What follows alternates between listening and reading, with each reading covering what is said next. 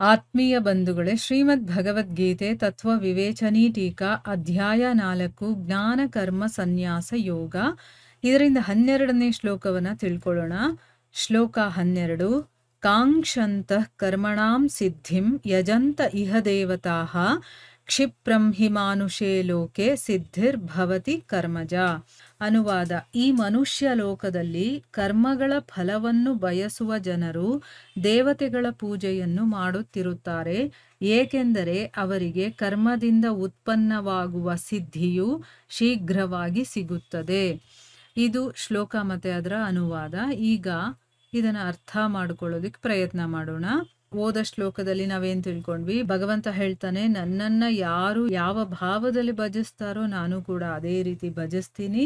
So ಎಲ್ಲರೂ ನನ್ನ ಮಾರ್ಗವನ್ನೇ ಅನುಸರಣೆ ಮಾಡ್ತಾರೆ ಅಂತ ಹೇಳ್ದ.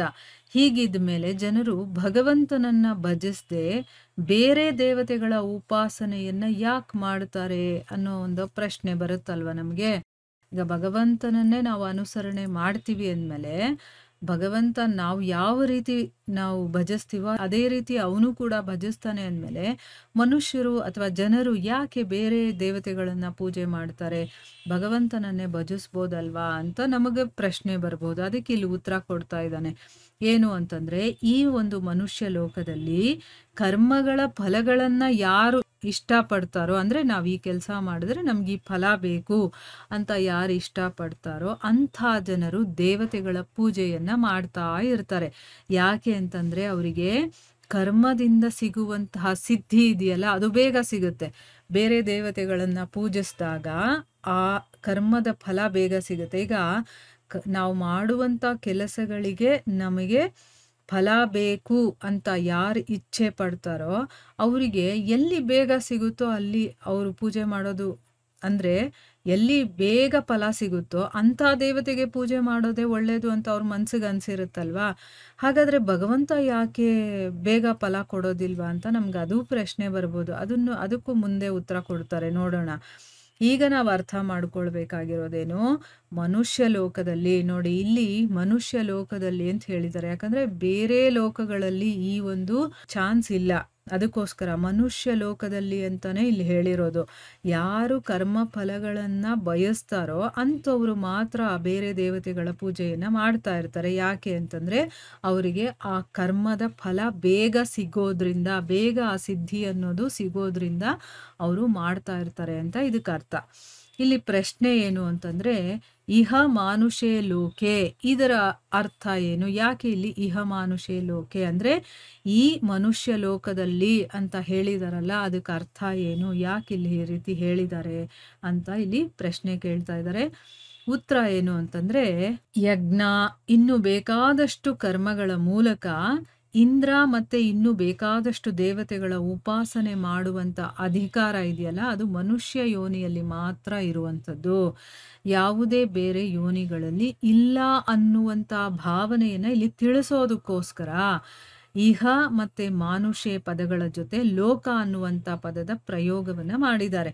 ಯಾಕಂದ್ರೆ ಈ ಮನುಷ್ಯ ಲೋಕದಲ್ಲಿ ಅಂತ ಅಲ್ಲಿ ಹೇಳೋದಕ್ಕೆ ಕಾರಣನೇ ಮನುಷ್ಯ ಲೋಕದಲ್ಲಿ ಮಾತ್ರನೇ ಯಜ್ಞ, ಯಾಗ, ಜಪ, ತಪ, ಇನ್ನ ಯಾವುದೇ ರೀತಿಯ ಪೂಜೆ ಪುನಸ್ಕಾರಗಳು, ಇಂಥ ಕರ್ಮಗಳು ಮಾಡೋದಕ್ಕಾಗೋದು ಮನುಷ್ಯ ಜನ್ಮದಲ್ಲಿ ಅಥವಾ ಮನುಷ್ಯ ಲೋಕದಲ್ಲಿ ಮಾತ್ರ.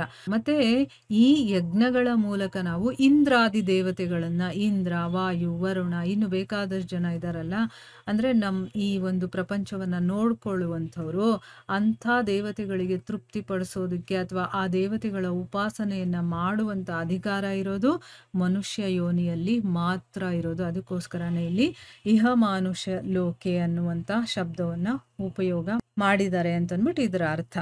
ಮುಂದಿನ ಪ್ರಶ್ನೆ ಏನು ಅಂತಂದ್ರೆ, ಕರ್ಮಗಳ ಫಲವನ್ನ ಬಯಸುವಂತಹ ಜನರು ದೇವತೆಗಳ ಪೂಜೆಯನ್ನ ಮಾಡ್ತಾ ಇರ್ತಾರೆ. ಯಾಕೆ ಅಂತಂದ್ರೆ ಅವರಿಗೆ ಕರ್ಮಗಳಿಂದ ಸಿಗುವಂತ ಸಿದ್ಧಿ ಇದೆಯಲ್ಲ, ಅದು ಬೇಗನೆ ಸಿಗುತ್ತೆ ಅಂತ ಹೇಳಿದಾರಲ್ಲ, ಇದಕ್ಕೆ ಅರ್ಥ ಏನು ಅಂತ ಪ್ರಶ್ನೆ ಕೇಳ್ತಾ ಇದ್ದಾರೆ.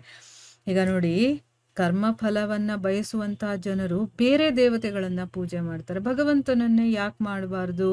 ಯಾಕೆ ಅಂತಂದ್ರೆ ಅವರಿಗೆ ಬೇಗ ಸಿದ್ಧಿ ಸಿಗುತ್ತೆ. ಹಾಗಾದ್ರೆ ಭಗವಂತ ನಮಗೆ ಬೇಗ ಸಿದ್ಧಿಯನ್ನ ಕೊಡೋದಿಲ್ವಾ ಅಂತ ನಮಗೆ ಪ್ರಶ್ನೆ ಬರುತ್ತಲ್ವಾ? ಅದಕ್ಕಿಲ್ಲಿ ಕೇಳ್ತಾ ಇದ್ದಾರೆ. ಯಾಕೆ ಈ ರೀತಿ ಹೇಳಿರೋದು ಅಂತಂದ್ಬಿಟ್ಟು. ಉತ್ತರ ಏನು ಅಂತಂದ್ರೆ, ಇದರಿಂದ ಭಗವಂತ ಯಾರಿಗೆ ಸಾಂಸಾರಿಕ ಭೋಗಗಳಲ್ಲಿ ಆಸಕ್ತಿ ಇದೆಯೋ, ಅಂದ್ರೆ ಏನು, ನಾವು ಈ ಜಗತ್ತಲ್ಲಿ ಸಂಸಾರವನ್ನ ನಡೆಸ್ತಾ ಇರ್ತೀವಲ್ವಾ, ಇದರಲ್ಲಿ ಬೇಕಾದಷ್ಟು ಭೋಗಗಳು ಬರುತ್ತೆ. ಅಂದ್ರೆ ನಾನ್ ಮಾಡಿರುವಂತ ಕರ್ಮಗಳ ಫಲವನ್ನ ಪತ್ನಿಯ ರೂಪದಲ್ಲಿ, ಅಂದ್ರೆ ಒಳ್ಳೆ ಹೆಂಡತಿ ಸಿಗ್ಲಿ, ಒಳ್ಳೆ ಮಕ್ಳು ಸಿಗ್ಲಿ, ಮನೆ ಅಥವಾ ನನಗೆ ಸಂಪತ್ತು, ಹಣ, ಮಾನ, ದೊಡ್ಡಸ್ತಿಕೆ ಏನೋ ಒಂದು ರೀತಿಯಲ್ಲಿ ಪಡೆಯೋದಕ್ಕೆ ಅವನು ಇಷ್ಟಪಡಿಸ್ತಾರೋ ಅಂಥವರ ವಿವೇಕ ಜ್ಞಾನ ಇದೆಯಲ್ವಾ, ಅದು ಏನಾಗಿರುತ್ತೆ ಅಂತಂದ್ರೆ, ಬೇರೆ ಬೇರೆ ಬೇರೆ ರೀತಿಯ ಭೋಗ ವಾಸನೆಗಳಿಂದ ಆವರಿಸಲ್ಪಟ್ಟಂತ ಕಾರಣದಿಂದ ಅವರು ನನ್ನ ಉಪಾಸನೆಯನ್ನ ಮಾಡದೆ, ಅಂದ್ರೆ ಇಲ್ಲಿ ಭಗವಂತ ಹೇಳ್ತಾ ಇದ್ದಾನೆ, ಅವರ ಒಂದು ವಿವೇಕ ಜ್ಞಾನ ಅನ್ನೋದು ಈ ಒಂದು ಸಂಸಾರದಲ್ಲಿ ಬೇರೆ ಬೇರೆ ರೀತಿಯ ಭೋಗಗಳನ್ನ ಭೋಗಿಸ್ಬೇಕು ಅನ್ನುವಂಥ ವಾಸನೆಗಳಿಂದ ಆವರಿಸ್ಕೊಂಡಿರೋ ಕಾರಣ ಅವರು ನನ್ನನ್ನ ಪೂಜಿಸೋದನ್ನ ಅವರು ಮರ್ತು, ನನ್ನ ಉಪಾಸನೆಯನ್ನ ಮಾಡದೆ ಕಾಮನೆಯನ್ನ ಪೂರ್ತಿ ಮಾಡ್ಕೊಳ್ಳೋದಕ್ಕೋಸ್ಕರ ಅವರು ಇಂದ್ರಾದಿ ದೇವತೆಗಳ ಉಪಾಸನೆಯನ್ನ ಮಾಡ್ತಾ ಇರ್ತಾರೆ. ಈಗ ನಮಗ್ ಗೊತ್ತಾಯ್ತಾ ಯಾಕೆ ಕರ್ಮ ಫಲಗಳನ್ನ ಇಚ್ಛೆ ಪಡುವಂತಹ ಜನರು ಭಗವಂತನನ್ನ ಬಿಟ್ಟು ಅನ್ಯ ದೇವತೆಗಳನ್ನ ಪೂಜೆ ಮಾಡ್ತಾರೆ ಅನ್ನೋದಕ್ಕಿಲ್ಲಿ ಉತ್ತರ ನಮಗೆ ಸಿಕ್ತು ಅಲ್ವಾ? ಅಂದ್ರೆ ಯಾರಲ್ಲಿ ಕಾಮನೆಗಳು ಹೆಚ್ಚಾಗಿರುತ್ತೋ, ಭೋಗಗಳನ್ನ ಭೋಗಿಸ್ಬೇಕು ಅನ್ನುವಂಥ ಆಸೆ ಹೆಚ್ಚಾಗಿರುತ್ತೋ ಅಂಥವರ ವಿವೇಕ ಕಂಪ್ಲೀಟ್ ಆಗಿ ಮುಚ್ಚಿ ಹೋಗಿರುತ್ತೆ. ಅವ್ರಿಗೆ ಯಾವ್ದು ಸರಿ ಯಾವ್ದು ತಪ್ಪು ಅಂತ ಯೋಚನೆ ಮಾಡುವಂಥ ಶಕ್ತಿ ಇರೋದಿಲ್ಲ. ಅದರಿಂದ ಅವ್ರು ಏನು ಮಾಡ್ತಾರೆ, ಭಗವಂತನನ್ನ ಬಿಟ್ಟು ಅನ್ಯ ದೇವತೆಗಳನ್ನ, ಯಾಕೆಂದ್ರೆ ನಮ್ಮ ಕಾಮನೆಗಳು ಯಾರಲ್ಲಿ ಪೂರ್ತಿ ಆಗುತ್ತೆ, ಯಾರಿಂದ ನಮಗೆ ಆ ಫಲ ಸಿಗುತ್ತೋ ಅಂಥ ದೇವತೆಗಳನ್ನ ನಾವು ಹುಡುಕೊಂಡು ಹೋಗಿ ಅವರನ್ನ ಆರಾಧನೆ ಮಾಡ್ತೀವಿ. ಇದರ ಬಗ್ಗೆ ಇನ್ನೂ ಬೇಕಾದಷ್ಟು ಶ್ಲೋಕಗಳಲ್ಲಿ, ಅಂದ್ರೆ ಬೇರೆ ಅಧ್ಯಾಯಗಳಲ್ಲಿ ಹೇಳಿದ್ದಾರೆ.